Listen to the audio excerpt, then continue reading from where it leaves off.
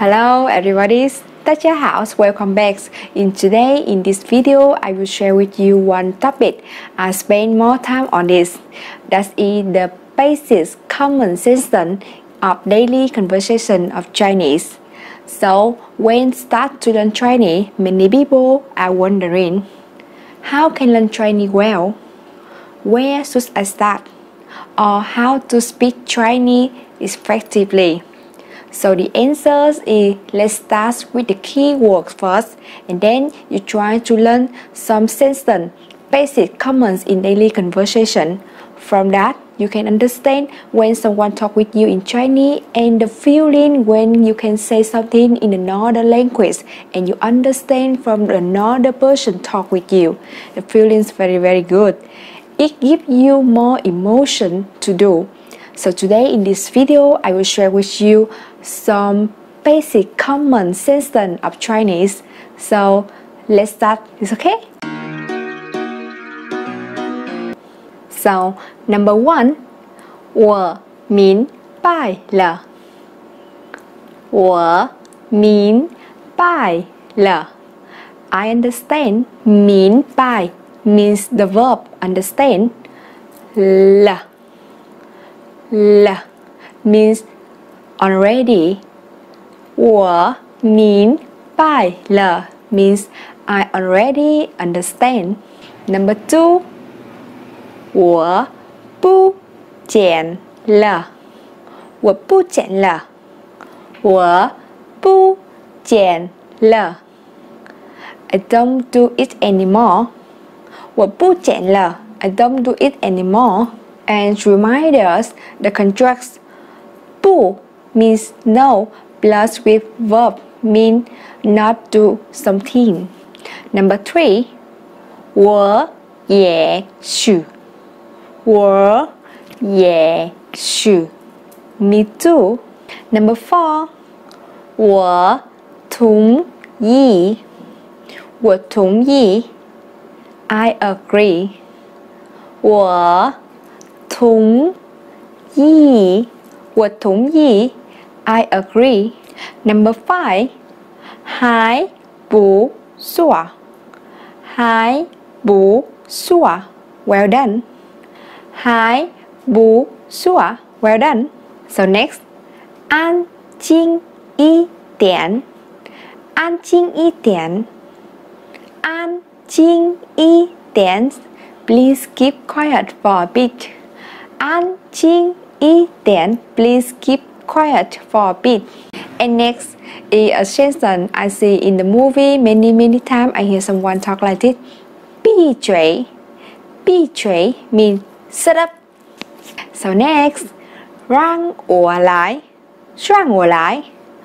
让我来。让我来。Let me do it. And next, 请坐起来。请坐起来。请坐起来。Cheer up.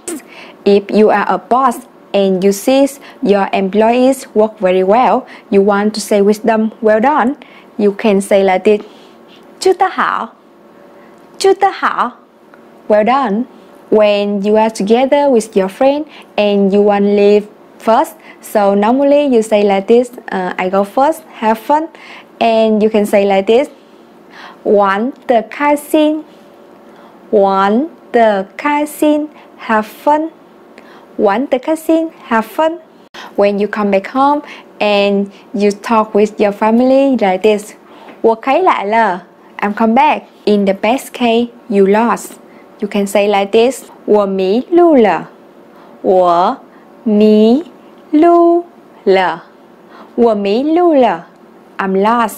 When you invite your friends or your families go to a party and you want to pay money for this party, so you can say like this, 我请客。我请客。我请客。我请客 I will pay. 我也一样 Me too. 这并请 This way please. 这 in 这个 means this. 并 means way. 请 means please. 这边请 mean this way please. 跟我来 follow me. 跟我来 follow me. 我拒绝 I decline. 我拒绝我拒绝我拒绝 I decline. 我保证我保证 I promise. 我保证 I promise. When you don't believe something or someone, you say like this, I suspect. And in Chinese, you will say 我怀疑我怀疑我怀疑 I suspect. 我也这样想我也这样想我也这样想我也这样想 I think so too. If you are single and you want to say I'm single, you can say like this.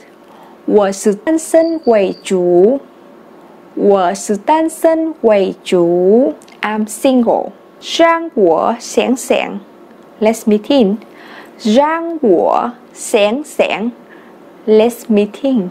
If you like my conjunction and you are in his friend, you can say like this. 我是他的影迷我是他的影迷 I'm his friend. 你肯定吗 Are you sure? 你肯定吗你肯定吗 Are you sure? 我在节食我在节食 I'm on a diet. 我在节食 I'm on a diet. 你出卖我你出卖我你出卖我 You betray me. 我能帮你吗我能帮你吗 Can I help you? 我做到了我做到了 I did it. 我做到了 I did it. If you finish your job and you done, so you can say like this. 我做完了我做完了 I'm done. 我会留意的我会留意的 I will pay attention. 我在赶时间我在赶时间 I'm in a hurry. 你欠我一个人情你欠我一个人情 You owe me a favor. 你在开玩笑吧你在开玩笑吧你在开玩笑吧 Are you kidding me? 我不是故意的我不是故意的我不是故意的 I didn't did it on purpose. 我会帮你打点我会帮你打点 I will arrange for you. 他缺乏勇气他缺乏勇气 He lacks courage.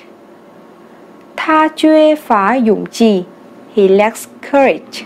我别无选择我别无选择 I don't have choice. 我喜欢吃冰淇淋我喜欢吃冰淇淋 I like ice cream. 我尽力而为我尽力而为 I try my best. 见到你很高兴见到你很高兴见到你很高兴 Nice to meet you. 你近来过得怎么样你近来过得怎么样 How have you been recently?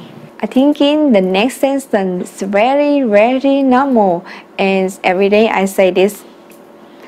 忙吗忙吗 Are you busy? When I want to invite my friends go to a party, I say like this: 忙吗？忙吗？ Are you busy? 还好，还好。I'm okay. But if you very well, you will say like this: 挺好，挺好，挺好。Very well. If just so, you say like this: 马马虎虎，马马虎虎，马马虎虎，so。这是你的吗？这是你的吗？这是你的吗？ It is yours. 这很好，这很好。Very well.